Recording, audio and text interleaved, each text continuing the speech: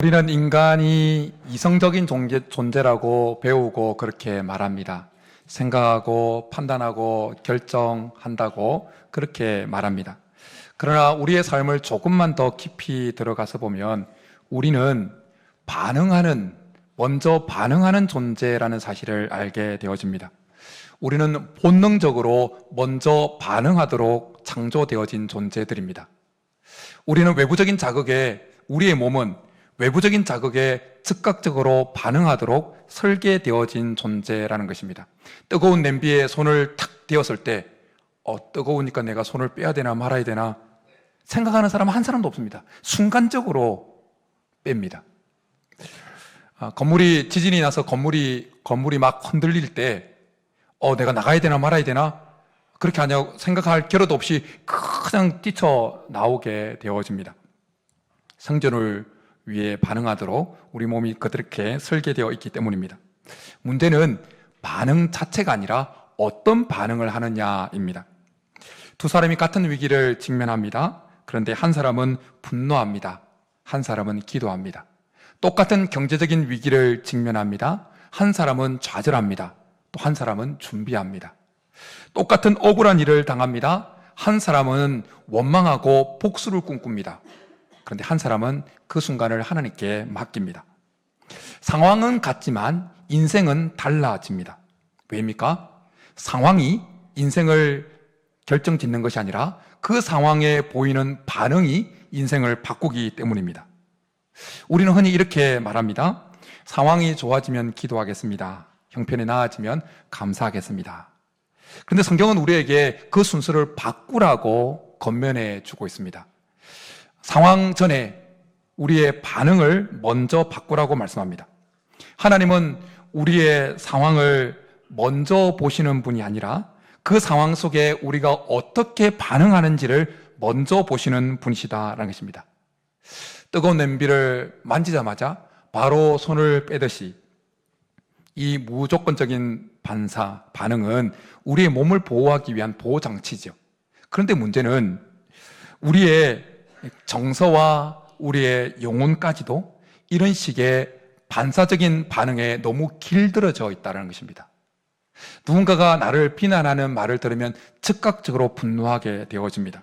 상황이 나빠지면 금방 절망으로 우리의 마음이 기울게 되어집니다. 그런데 오늘 우리가 읽은 본문에는 다른 반응을 보인 사람들이 등장합니다. 바울과 실라입니다. 오늘 본문의 바울과 실라는 매를 맞고 감옥에 갇힙니다. 그들이 직면한 상황은 너무나 힘든 상황입니다. 그들에게 주어진 그 자극은 원망과 비명으로 반응하기에 딱 좋은 상황이었습니다. 그러나 그들은 그렇게 반응하지 않습니다. 오히려 기도와 찬송으로 반응하게 되어집니다. 이제 바울과 실라의 반응이 어떻게 그들을 가두고 있던 그 감옥의 털을 완전히 흔들어 버렸는지, 감옥문을 열고 모든 착오를 풀게 만들고 그 도시를 변화시키고 한 가정을 구원시켰는지 함께 살펴보도록 하겠습니다. 배경은 AD 50년경 빌립보 지역입니다. 빌립보 지역은 빌립보 도시는 그 당시에 로마 식민도시면서 교통의 그리고 군사적인 요충지였습니다. 바울이 이 세계전도 여행을 하면서 빌립보 지역에 이르게 되어집니다. 그리고 기도할 장소를 찾기 위해서 이곳저곳을 돌아다니다가 귀신에 들린 한 요종을 발견하게 되어집니다. 안타까운 마음에서 그 요종을 또 계속 괴롭히니까 그 요종에게서 귀신을 쫓아냅니다. 문제는 그때부터 시작되어집니다. 귀신 들린 요종으로부터 이익을 얻던 그 요종의 주인들이 이제는 더 이상 수익을 얻을 수 없게 되어집니다. 그 순간 그들은 경제적인 손실이라고 하는 그 자극에 본능적으로 반응해서 폭동과 그리고 고발로 반응을 보이게 되어집니다. 영적으로 깨어있지 못한 자들은 우선적으로 나타난 그 현상에 반응을 하게 되어집니다. 돈이 없어지면 분노하고 자기 마음대로 되지 않으면 남을 공격하게 되어집니다.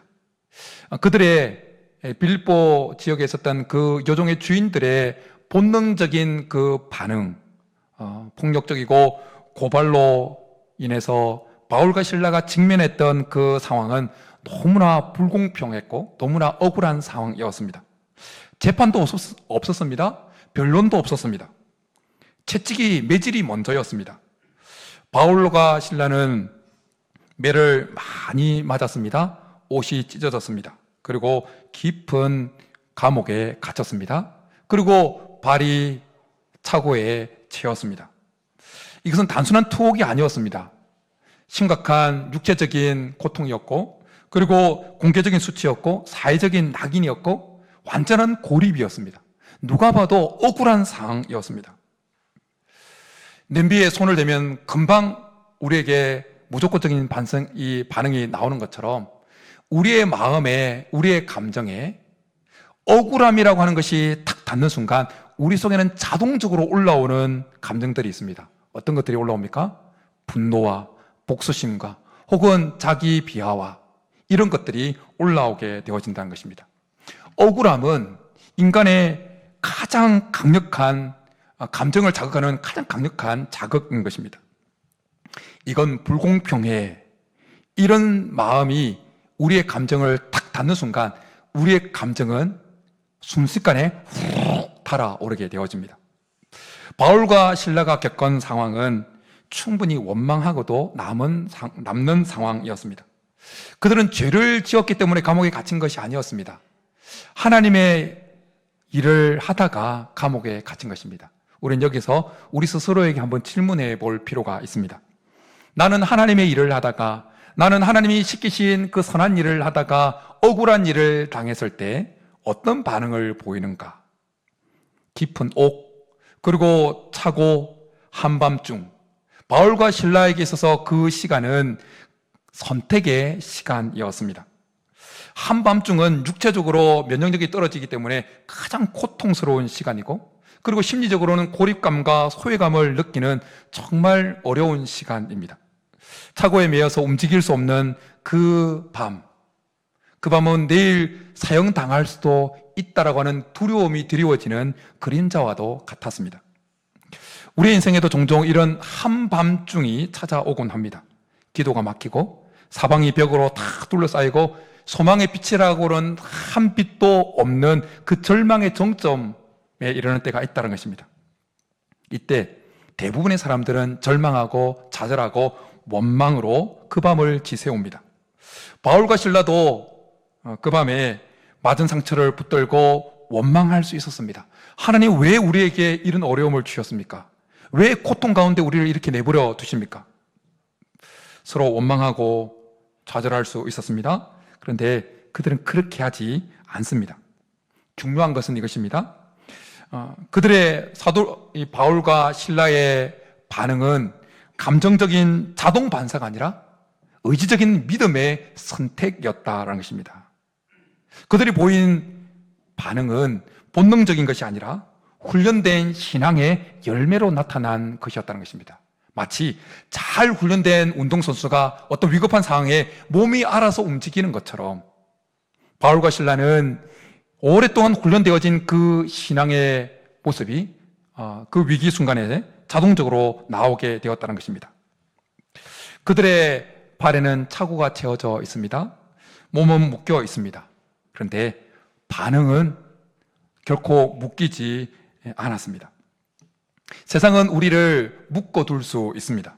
건강은 우리를 제한할 수 있습니다. 재정은 우리를 묶어둘 수가 있습니다. 사역의 문은 닫힐 수 있습니다.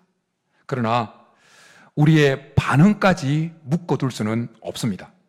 이것이 우리가 끝까지 누릴 수 있는 신앙의 자유인 것입니다. 사도 바울은 로마서 8장에서 이미 이런 고백을 했습니다. 누가 우리를 그리스도의 사랑에서 끊으리요? 환난이나 곤고나 박해나 기근이나 적신이나 위험이나 칼이라.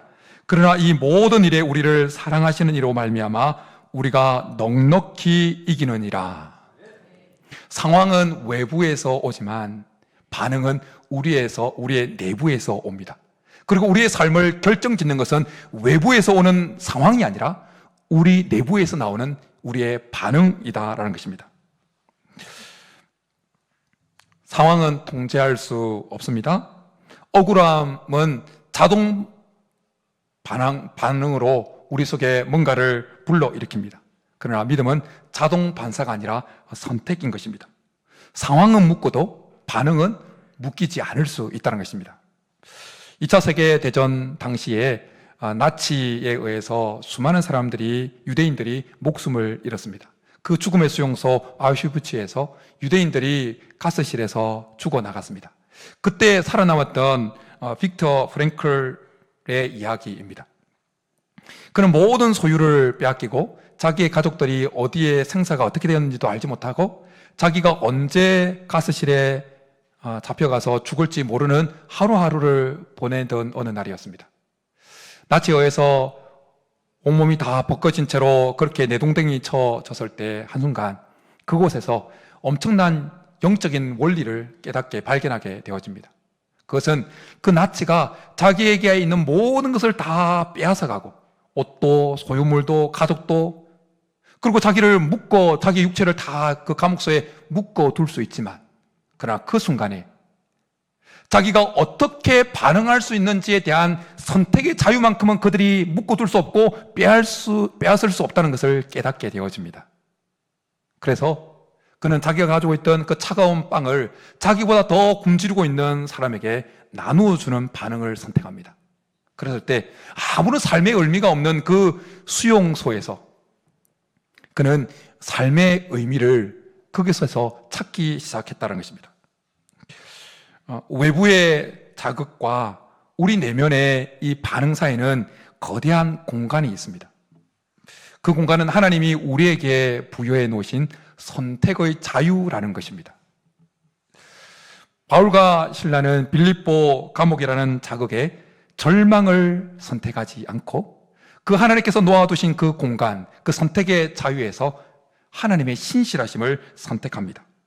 상황은 감옥이었지만 이미 그들의 선택으로 인해서 그들의 마음은 자유했습니다. 바울과 실라는 매질이라는 그 자극 앞에 비명으로 반응하지 않았습니다. 억울함이라고 하는 그 자극에 항변으로 반응하지 않았습니다. 바울과 실라는 감옥이라고 하는 상황에 반응하지 않고 여전히 그 감옥 안에 계시는 하나님께 반응하기 시작했습니다. 두 가지죠. 기도하고 찬송했습니다. 기도는 하나님께 문제를 맡기는 행위이고, 찬송은 이 상황보다, 내가 처한 상황보다 하나님이 더 크신 분이십니다 라고 인정하는 행위입니다. 상황에 반응하면 불평이 나옵니다. 그러나 하나님께 반응하면 예배가 나옵니다. 감옥은 그대로였습니다. 착오도 그대로였습니다. 상처도 그대로였습니다. 그러나 그들이 기도와 찬양으로 하나님께 반응하기 시작했을 때 그 감옥의 공기가 달라지기 시작했습니다. 왜입니까? 공간의 분위기는 그 공간이 결정하는 것이 아니라 그 공간 안에 있는 사람들의 반응이 결정하기 때문입니다. 25절을 보면 아주 중요한 한 문구가, 말씀이 등장합니다. 죄수들이 듣더라. 이 상황, 이 말씀을 원어적으로 보면 그냥 우연히 듣는 것이 아니라, 흘러 듣는 것이 아니라 아주 귀를 쫑긋하게 주의를 기울여서 듣는다는 의미가 있습니다. 바울과 실라가 기도하고 찬송하는 그 소리는 그들에게, 죄수들에게, 절망에, 좌절에, 불평에 찌들어 있던 그들에게 하나의 희망의 메시지로 들렸다는 것입니다. 우리 흔히 이렇게 생각합니다. 내가 원망한다고 누가 알겠는가? 내가 불평하고 나 혼자 그냥 원망하고 불평하는데 이것이 누구에게 영향을 미치겠는가? 이렇게 생각합니다. 그러나 우리가 나 혼자만 있는 공간이라 할지라도 우리가 보이는 반응은 반드시 주변에 영향을 미치게 되어집니다. 원망은 공기를 탁하게 만듭니다. 그러나 찬송은 우리가 있는 그 장소의 공기를 맑게 만듭니다. 마치 방 안에 향을 피우면 그 향이 그 방 안에 가득하듯이 우리의 영적인 반응은 반드시 우리가 있는 그 위치에, 공간에 영향을 미치게 되어 있다는 것입니다. 바울과 실라가 있었던 그 장소는 분명히 감옥이었지만 찬송과 기도로 하나님께 반응을 보인 그 반응은 그 장소의 공기를 예배의 공기로, 예배 장소로 완전히 바꿔놓고 있었습니다. 여러분, 같은 집이라도 어떤 날은 정말 숨막히는 때가 있고 어떤 때는 정말 천국과 같은 행복한 공간일 때가 있습니다. 건물이 바뀐 것입니까? 아니요. 그 가정을 이루는 구성원들의 반응이 바뀌었기 때문입니다. 같은 교회도 마찬가지입니다. 같은 사역도 마찬가지입니다. 같은 가정도 마찬가지입니다. 상황이 우리를 규정하는 것이 아닙니다. 그 상황 가운데 있는 사람들의 반응이 상황들을 공간을 규정한다는 것입니다. 바울과 실라는 감옥을 선택하지 않았습니다. 자기가 원해서 감옥에 간 것이 아닙니다. 그러나 그 감옥 안에 들여진 그들의 선택은, 그들의 반응은 그들이 선택한 것이었습니다. 그리고 그 반응이 그 밤에 그 감옥의 공기를 완전히 바꾸고 있었다는 것입니다. 사랑하는 성도 여러분, 여러분 삶의 공기를 바꾸기 원하십니까? 여러분 가정의 공기를 바꾸기를 원하십니까? 그러면 상황이 바뀌기를 기다리지 마시고 그 상황을 보이는, 그 상황에서 내가 어떤 반응을 보일지를 바꾸고 보십시오. 그럼 공기가 달라질 것입니다. 나로 하여금 억울함을 불러일으켰던 그 상황에 반응하지 마시고 그 상황 너머에 계시는 하나님께 반응해 보십시오. 내게 좌절과 원망과 실패를 가져왔던 그 상황에 반응하지 마시고 여전히 그 상황을 인도하고 계시는, 주도하고 계시는 하나님께 기도와 찬송으로 반응해 보시기를 축복합니다. 그러면 공기가 바뀌는 것을 경험하게 될 줄 믿습니다. 내가 직면한 상황에 반응하지 않고 기도와 찬송으로 내가 하나님 앞에 반응을 하기 시작할 때 내가 직면한 상황에 대한 해석이 달라집니다. 그리고 해석이 달라지면 내가 직면하고 있는 상황에 대한 반응이 달라집니다. 반응이 달라지면 내가 처해 있는 상황이 아무리 감옥 같다 할지라도 그 감옥이 성소로, 하나님이 임재하시는 성소로 바뀌게 될 줄 믿습니다. 성도 여러분, 환경이 우리를 가두는 것이 아닙니다. 우리가 직면하고 있는 환경이 우리를 가두는 것이 아니라 그 환경에 반응하는 우리의 반응이 우리를 그 감옥 같은 상황에 가두게 되어진다는 것입니다. 바울과 실라는 감옥이라는 상황을 본 것이 아니라 그 감옥 안에도 여전히 계시는 하나님께 찬송과 기도로 반응하기 시작했습니다. 그랬을 때 그 감옥은 원래 불평과 원망과 좌절과 두려움으로 가득한 곳인 것이 정상적입니다. 근데 그 모든 분위기는 바뀌고 오히려 그 공간은 찬송과 기도가 가득한 예배 분위기로 바뀌게 되었다는 것입니다. 별을 보기 위해서는 밤이 필요합니다. 밤이 더 깊으면 깊을수록, 어둠이 깊으면 깊을수록 하늘에 가득한 별은 더 또렷하게 보입니다. 중국에서 지낼 때 한국에서 들어온 단기 선교팀과 함께 백두산을 향해 가다가 백두산 근처에 있는 가정교회에서 하룻밤을 선교팀이 같이 묵은 적이 있었습니다. 완전 깡촌이었습니다. 가로등이라고는 하나도 찾아볼 수 없는 정말 깡촌이었습니다. 여름이었는데 숙소에서 나와서 그 하늘을 쳐다보면서 제 눈에 들어왔던 그 별의 모습을 지금도 잊을 수가 없습니다. 하늘에서 별이 쏟아질 것 같다라고 하는 그 표현이 뭔지를, 이런 것이 하늘에서 별이 쏟아질 것 같다라고 하는 것이 이런 것을 두고 하는 말이겠구나라는 생각이 드는 장면이었다는 것입니다.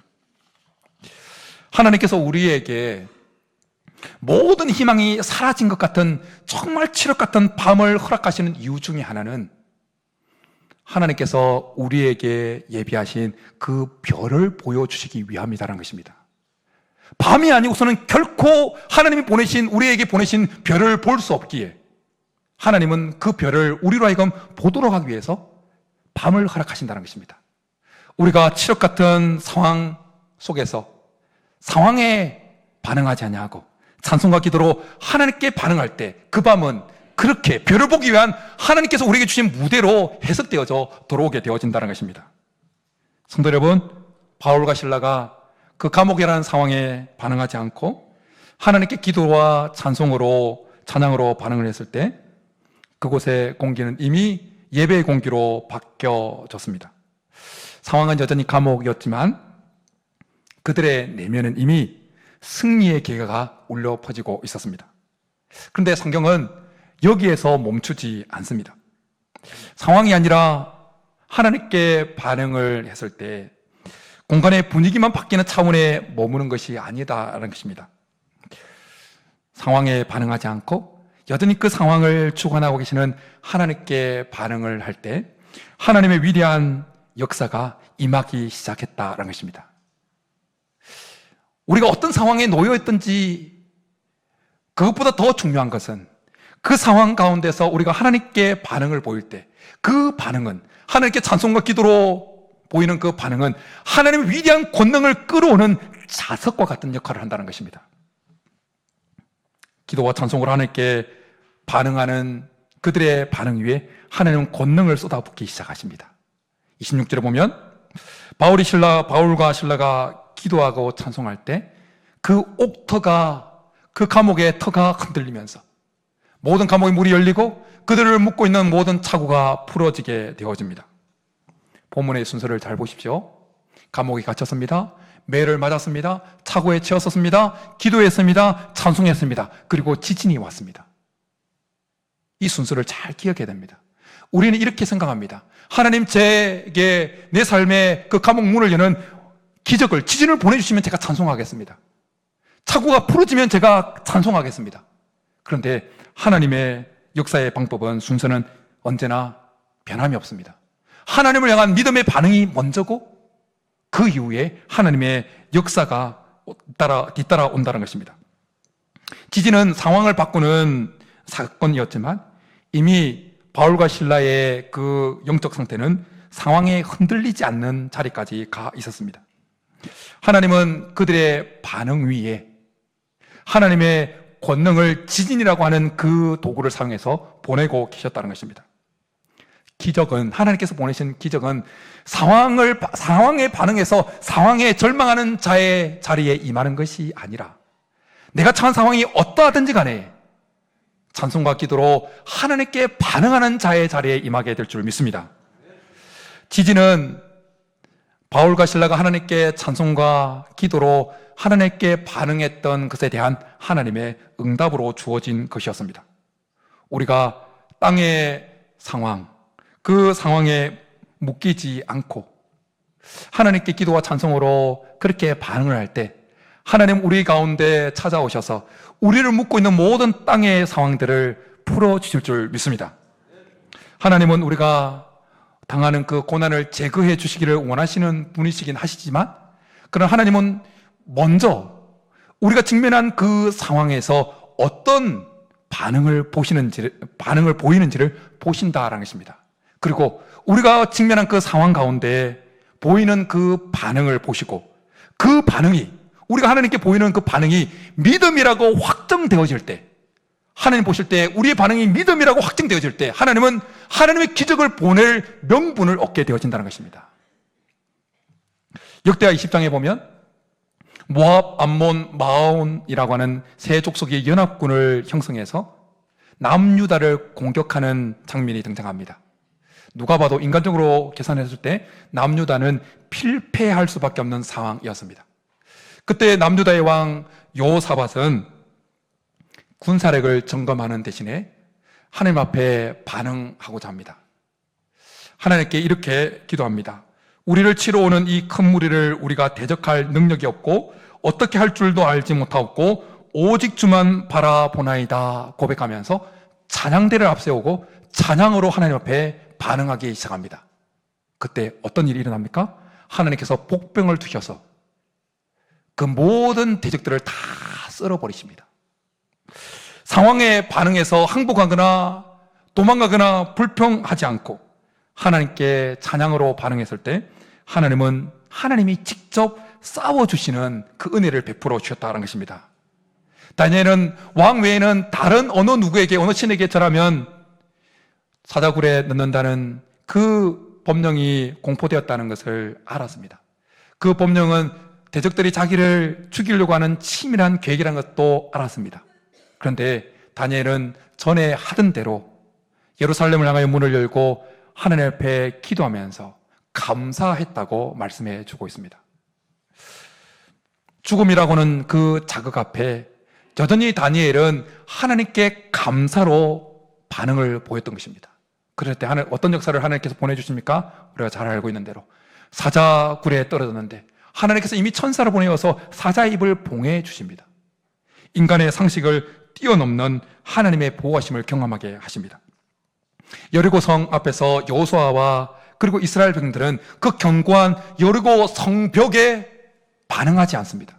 여리고 성벽에 반응해서 불평하거나 좌절하지 않습니다. 오히려 하나님의 약속에 반응해서 침묵을 유지하면서 하루 한 바퀴씩 돌고 마지막 날 7째 날에 외칩니다. 그랬을 때 상황을 분석하는 본능을 멈추고 하나님의 방법에 반응했을 때 인간의 힘으로는 결코 열릴 수 없던 그 문이 열리게 되어진 것을 보게 되어집니다.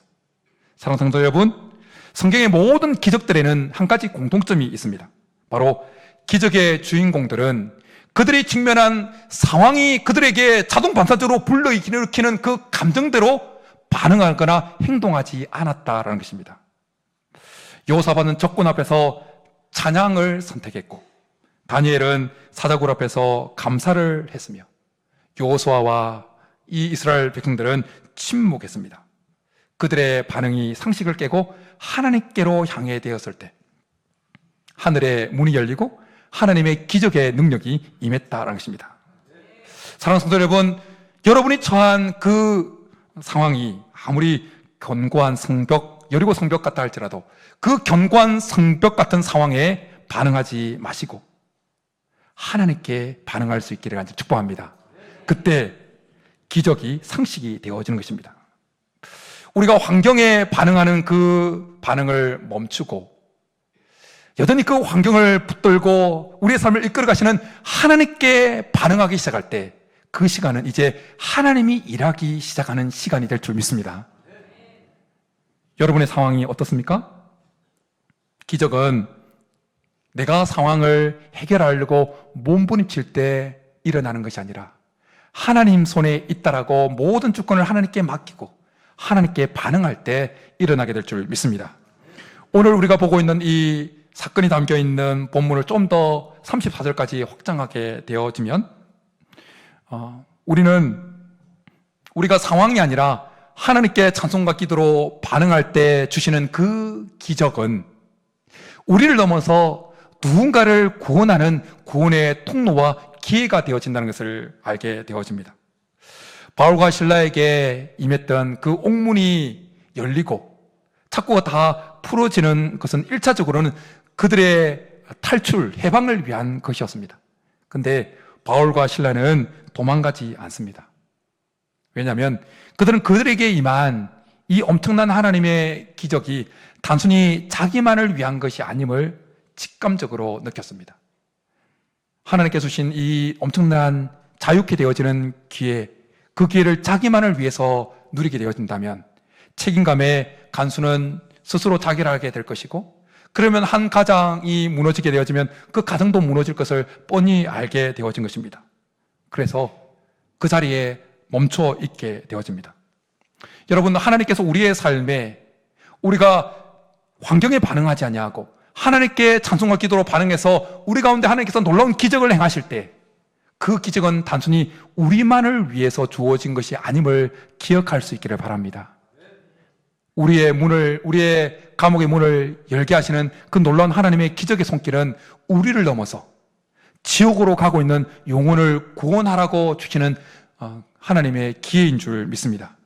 간수가 내가 어떻게 하여야 구원을 받으릴까 물었던 결정적인 계기는 지진 때문에 일어난 것이 아니라 그 엄청난 기회가 주었음에도 그 자리를 지키는, 간수를 생각해서 그 자리를 지키는 바울의 모습 때문이었다는 것입니다.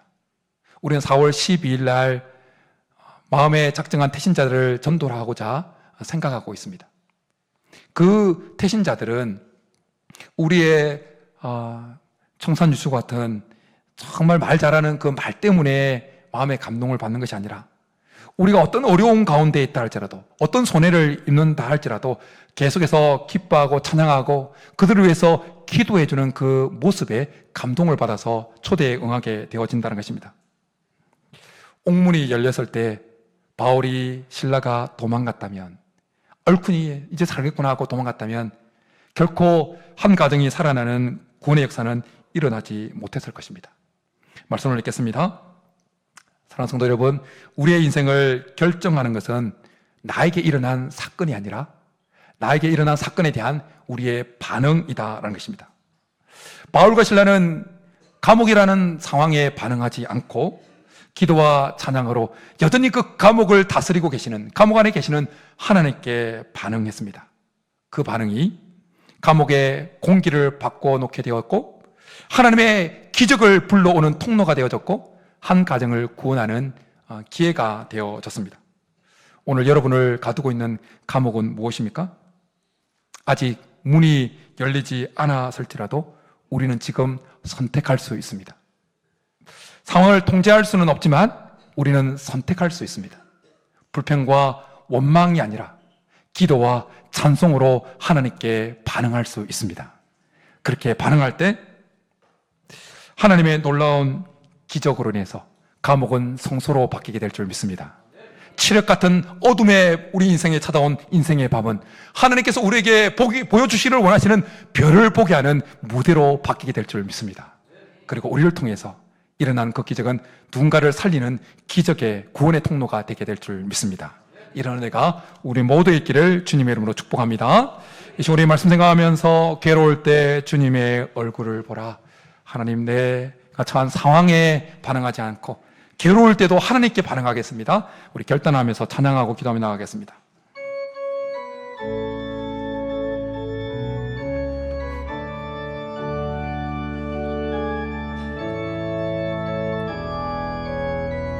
괴로울 때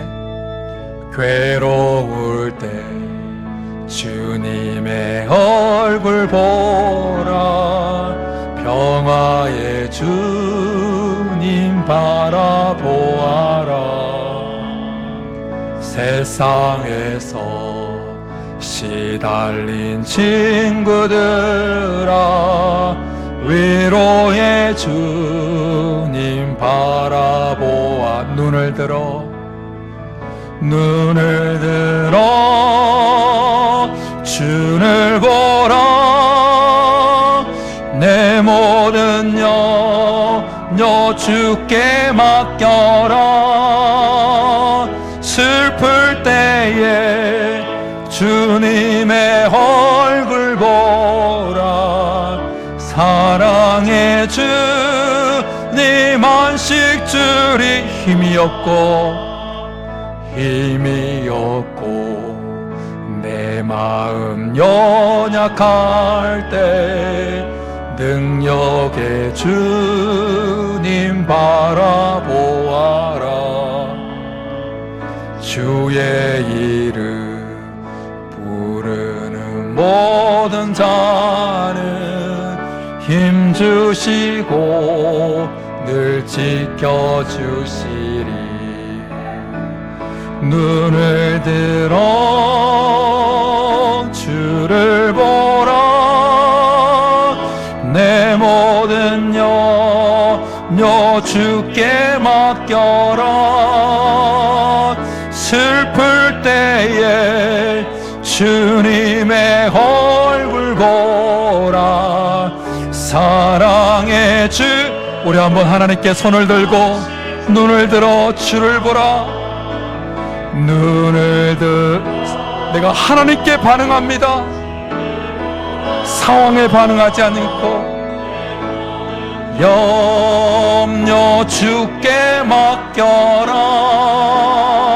슬플 때에 주님의 얼굴 보라. 사랑의 주님 안식 주리라. 이 시간 손을 높게 들지 않아도 괜찮습니다. 손을 하늘을 향하여, 손바닥을 하늘을 향하여 든 채로 이 시간 우리 한번 결단하십시다. 내가 처한 상황이 어떠하든지 간에 그 상황에 반응하는 자가 아니라 그 상황을 여전히 다스리고 계시며 내 삶을 이끌어 가시는 하나님께 기도와 찬송으로 반응하는 자가 되게 해달라고, 반응하는 자가 되겠습니다. 하나님께 반응하는 자가 되겠습니다. 도와달라고. 그래서 내 삶의 상황이 감옥 같다 할지라도 그 감옥이 성소로 바뀌는 그 기적을 경험하게 하시고, 지진이 나고 옥토가 흔들리고 나의 삶을 묶고 있는 모든 옥문과 같은 착오 같은 것들이 풀어지는 것을 경험하게 하실 뿐만 아니라 그 기적이 이제는 나를 넘어서 누군가를 살리는 구원의 통로로 쓰임받게 되어지는 은혜가 우리 삶 가운데 있게 해달라고, 하나님께 반응하는 자에게, 반응하는 나에게 임하게 해달라고 우리 말씀 생각하면서 주여 부르고 기도 나가겠습니다. 주여. 살아계신 하나님 아버지, 우리가 처한 상황은 때로는 아무런 소망이 보이지 않는 칠흑 같은 어두운 밤같이, 모든 절망같이, 구원의 통로가 보이지 않는 감옥 같은 상황이 때때로 찾아올 때가 있습니다. 하나님, 그때마다 우리가 상황에 반응하지 아니하고 그 상황을 여전히 주관하고 계시고 감옥 같은 그 상황에도 여전히 계시는 그 하나님께 기도와 찬양으로 반응하는 자가 되게 도와주시옵소서. 그래요, 하나님께 반응함으로 우리가 처해 있는 그 감옥 같은 상황이 성소로 바뀌게 하시고, 우리가 아무 소망을 발견할 수 없는 그 어두운 밤이, 칠흑 같은 인생의 밤이 하나님께서 우리에게 보내시는 그 별을 보게 하는 무대로 바뀌는 것을 경험하게 하여 주시고, 옥문이 열리고 우리의 착오가 풀어지듯이 우리를 묶고 있는 모든 땅의 묶임들이 풀어지는 것을 경험하게 하여 주시고, 그 놀라운 기적이 이제는 나를 넘어서 절망 가운데 있는 죽어가는 지옥 가는 영혼을 살리는 구원의 통로로, 구원의 수단으로 쓰임 받을 수 있도록 주님께서 은혜를 베풀어 주시옵소서. 상황이 아니라 반응이 인생을 바꾼다는 이 사실을 마음에 명심하고, 어떤 어려운 상황 속에서도 그 상황에 반응해서 원망하거나 불평하거나 분노하거나 억울함에 치를 뜨는 것이 아니라 하나님께서 우리 인생을 바꿔가는 것을 기대하며 하나님께 반응해서 우리 속에 일어나는 놀라운 역사들을 경험하는 우리 모든 복된 성도들이 되게 도와주시옵소서. 살아계신 하나님, 우리는 너무나 연약해서 우리에게 다가오는 칠흑 같은 어둠과 같은 그 상황에 모든 절망, 모든 희망이 사라진 절망만 가득한 감옥 같은 상황에 직면하게 되어지면 우리는 상황에 반응할 수밖에 없는 연약한 자들임을 주님 앞에 고백합니다. 하나님, 오늘 시간에 우리에게 은혜를 베풀어 주셔서 상황에 반응하는 자가 아니라 여전히 그 상황 가운데 계시며 우리의 삶을 이끌어 가시는 하나님께 기도와 찬양으로 반응할 수 있게 도와 주시옵소서. 그래서 하나님께 반응함으로 우리가 직면한 감옥 같은 상황이 성소로 바뀌게 하시고, 우리의 삶에 찾아온 그 칠흑 같은 어두운 밤이 하나님께서 우리의 삶에 보여주기를 원하는 별을 보게 만드는 무대로 바뀌는 것을 경험하게 도와주옵소서. 하나님, 우리가 하나님께 반응함으로 우리를 묶고 있는 모든 이 땅의 묶음들이 착오가 풀어지고 옥문이 열리듯이 풀어지는 기적을 경험하게 도와주시옵소서. 그리고 그 기적이 이제는 나를 넘어서 죽어가고 지옥 가는 그 영혼을 구원하는 구원의 통로로 쓰임받도록 우리를 사용하여 주시옵소서. 그렇게 주실 줄 믿고 감사를 드리며 예수님의 이름으로 축복하며 기도드립니다. 아멘. 이 시간 다 자리에 일어나셔서 파송의 노래 청드리며 나아가겠습니다. 하나님께 반응을 보이고 나아가는 자들에게 이런 은혜가 있을 것을 믿음으로 우리 스스로 먼저 우리 자기를 축복하며 나아가겠습니다. 너의 가는 길에 주의 평강이 있으리. 평강의 왕 함께 가시. 하나님께 반응을 보이며 나가는 자에게 너의 걸음 주 인도하시리. 주의 강한 손 너를 이끄시리. 너의 가는 길에 주의 축복이 있으리. 영광의 주 함께 가시니 내가 밟는 모든 땅 주님 다스리리. 너는 주의 길 예비케 되리. 아멘. 이제는 우리 손을 뻗어서 믿음으로 옆 사람을 보면서 축복하십시다. 주님 나라 길 떠나는 나의 형제여, 주께서 가라시니 너는 가라